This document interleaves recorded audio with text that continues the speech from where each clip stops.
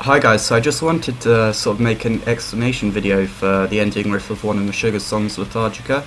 It's a really good song and it's kind of been playing on my mind recently, so I was going to try and hopefully enlighten you on what I think is Meshuggah's sort of thought process when creating their music, and what I take from it and how I listen to it and what I'm hearing and seeing. So I recommend you listen to the song if you haven't already. It's on Meshuggah's album Obzen. You should probably even listen to the whole album. I mean, it's really good. It's got Dances to a Discordant System on it. Lethargica's track 4, so give it a go and I'll play the ending riff now.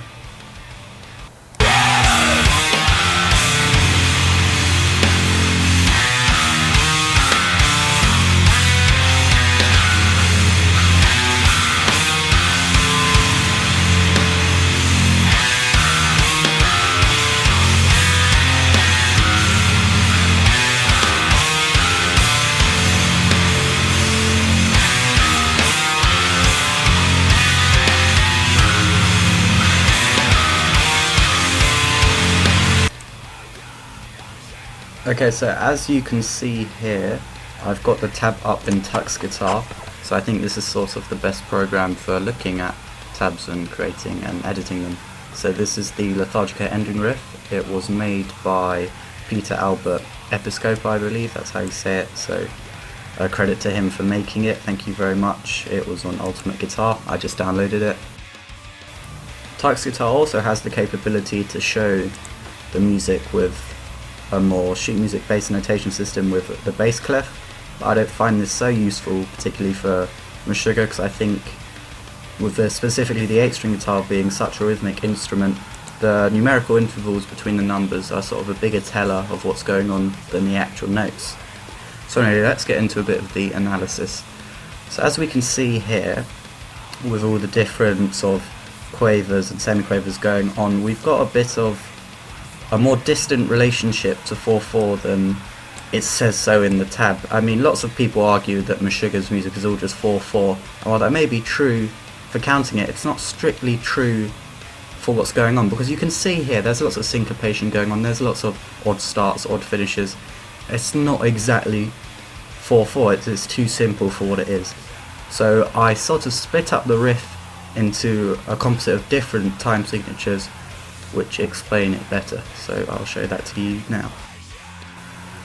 So I split this up into a sort of way that made the most sense to me. Obviously there's no right way to do it and you could break it up in different ways, but this is sort of what I felt was the most natural in terms of playing it as a guitarist at least. So if you look at the top track, which is basically the rhythm guitar part, so it goes, we have about 6/8, 9/8, 6/8 and 12/8. And as you would have heard before, we have the pattern and there's two variations. So we have the first one, which is a slightly shorter one, and that ends just on the 0, but we have a second one which is elongated slightly, and after the 0 we have this little part which is quite nice. I'm going to get into that later, but rhythmically we're adding 3 extra quavers, so instead of 9 we're getting a 12.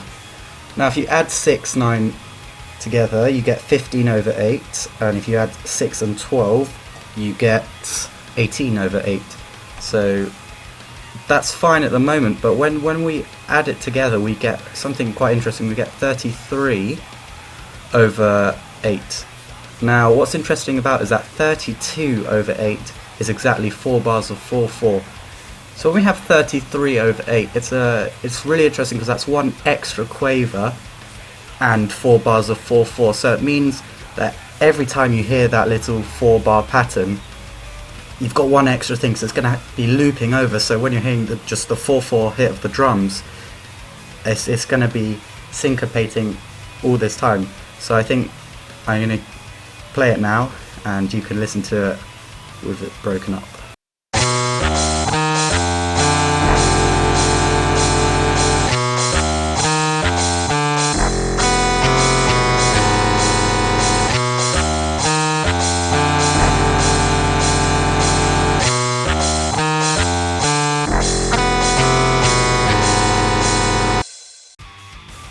So I want to talk a bit about the ending of each second time. So notice how in the bar of 9/8 we get the 6/0, and then every second time in the bar of 12/8 we get 6/0 and then 5/4/3/5, so going down.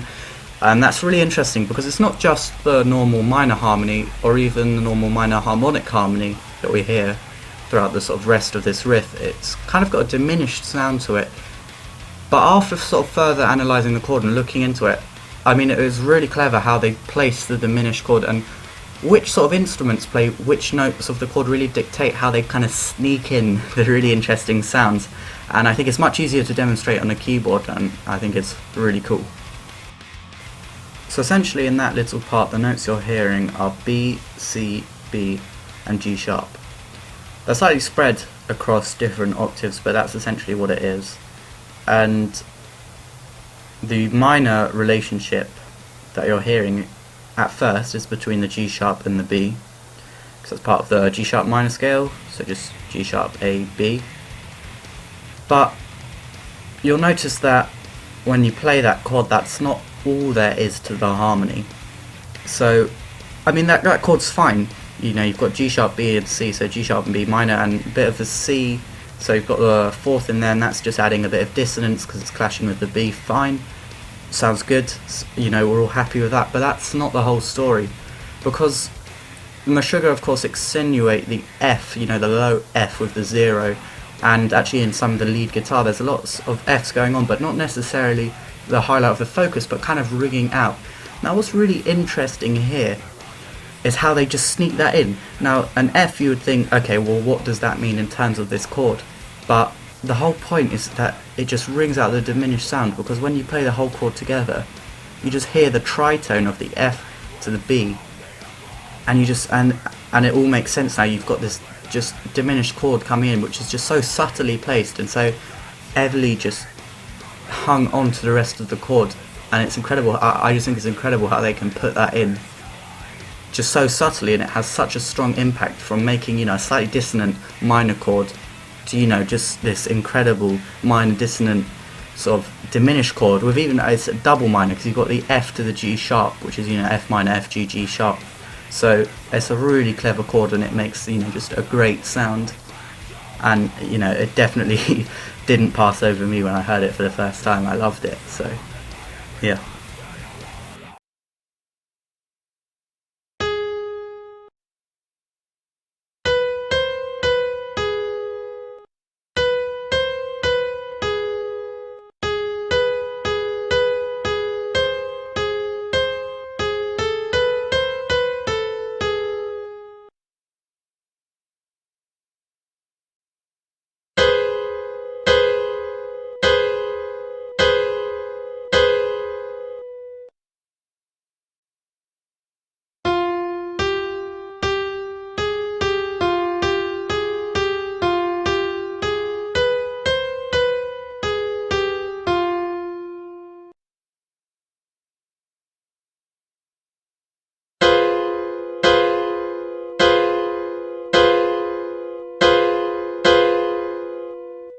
So I want to have a look at the lead guitar now, and as you'll notice, it starts on a 7 there, which 7, funny enough, happens to be in F, no surprise there. And then we have a 13, which is of course the B that I was talking about. So these are kind of just following a similar sort of pattern, kind of harmonic minor, minor sort of thing. So, you know, it creates a nice sort of lead line. I'm not going to get into the actual specific notes because I don't think it's really important. I think sort of the numerical shape that they follow is the same, but obviously they're starting with that interval, and it's kind of clear what it is. But I think the most interesting part is not the fact of the melodic notes that the lead line is playing, but the rhythm behind it. Now, if you're clear on your polyrhythms, as people like to say, you'll find that they've put one in here, and it's almost, you almost don't notice it because you just brush over the lead line, but it's quite a good one. So I'm gonna explain that in a bit more depth.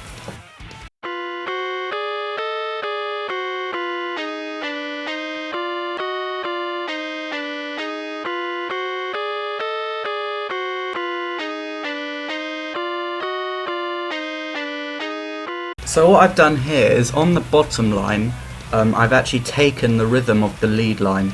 So what it has is it's dotted quavers, or 3 semiquavers. So that's going along happily there, and that's what the lead line is playing. But of course, with the 4/4 nature of the music and the crotchet pulse, I've got that up here, the line above. So what you're seeing there is 4 semiquavers. So essentially what we're having is a trade-off between 3, 3, 3 and 4, 4, 4, and so on. So what I think is interesting about that is if you've heard of the term 4/3, now that is a type of polyrhythm, and that is actually what we're hearing here, because we have in the sort of, I guess, pseudo bass line of this track and of the whole song is the 3 semiquavers. So you can tap that out.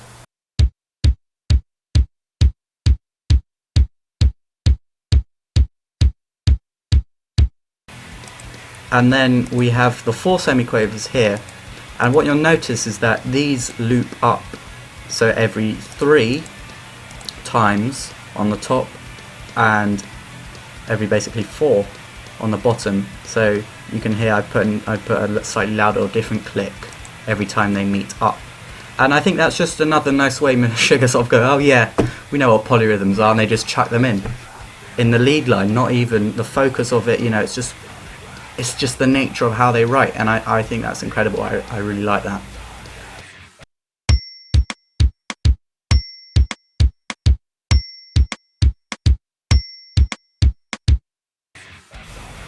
So those, I think, were the sort of main things that stuck out to me, and obviously that's my take on the riff. So I'm sure there's different things to it, there's different ways of looking at it, but that was what stuck out to me, and I think it's great. And I think it really enlightens the music, sort of looking at it from this sort of numerical sheet music stance, and it really adds just another dimension of musical context to it, and I love it. I can't explain it enough how much I enjoy doing this. So I'm going to leave the MIDI playing for the ending, just because I think the MIDI has a more sort of clearer sound when you're looking for the numbers, so hopefully you'll sort of pick up what I was explaining in the video and hear what it all sounds like together. So thank you very much for watching. Please, leave a comment, like, subscribe, tell me what you liked about the video, if you thought it was interesting, what you thought was cool, please give me suggestions for what to explain next, I'd really enjoy doing that. So again, I'll leave the MIDI on, so, have a listen for what you hopefully just learned.